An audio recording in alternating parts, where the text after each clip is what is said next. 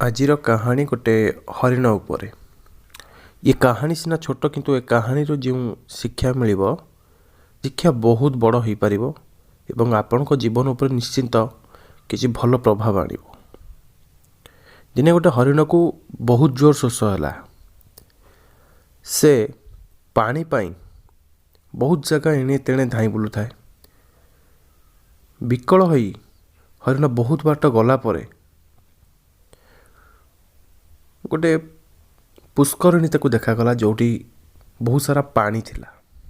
से पानी पीवा पाई सेठाको गला एवं सेठारे देखिला कि तार शिकार करिया पाई गोटे शिकारी ताको फॉलो करी करी सेठी बसिछि।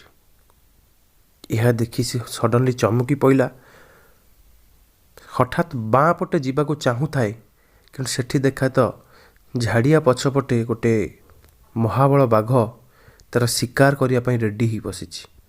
सही समय रे ताकू एमिति अनुभव होउथाए कि पानी पीवा पाई आसी जीवन मृत्युर चक्र भितर फसी जाइछि।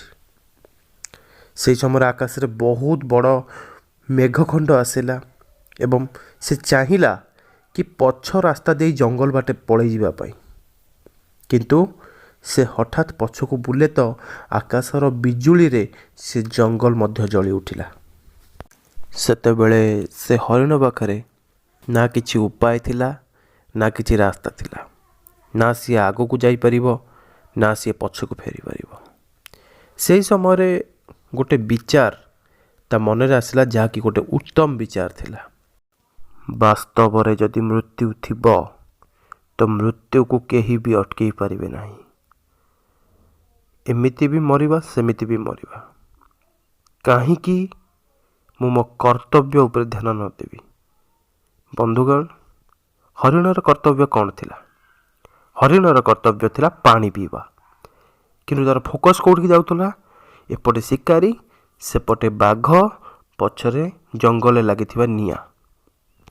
से सबको अवॉइड करी से केवल ता कर्तव्य कला। हरिण आत्मविश्वासर सह पानी पीवा को लागिला एवं सही समय आकाशरू वर्षा हेबाकु लागिला।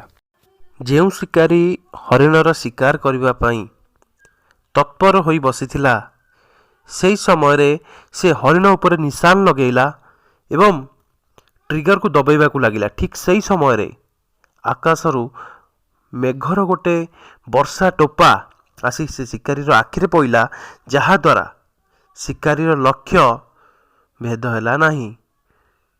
हरिणर मुंड उपरे गुली जाई बाघर कान देई क्रॉस करिगला, जहा द्वारा बाघ यह भाविला कि हे हरिणर शिकार तो मु केबे भी करि परिबी, काहे कि ना हरिण जंगल रे रहउची, मु भी जंगल रे रहउची।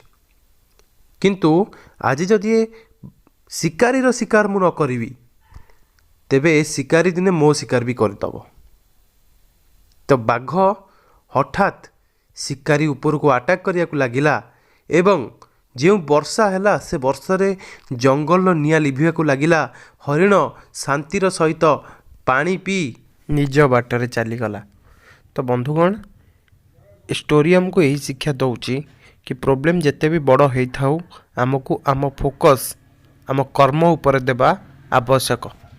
जदि आपन को लागुची कि यही भली स्टोरी माध्यम रे किछि भलो शिक्षा मिलुची ताहले आपण एही चैनल को सब्सक्राइब करंतु एवं जदि आपण को आगु को एपरी स्टोरी सहित जोड़ी ही रहिबार अछि ताहले मो चैनल को सब्सक्राइब करंतु। Thank you so much.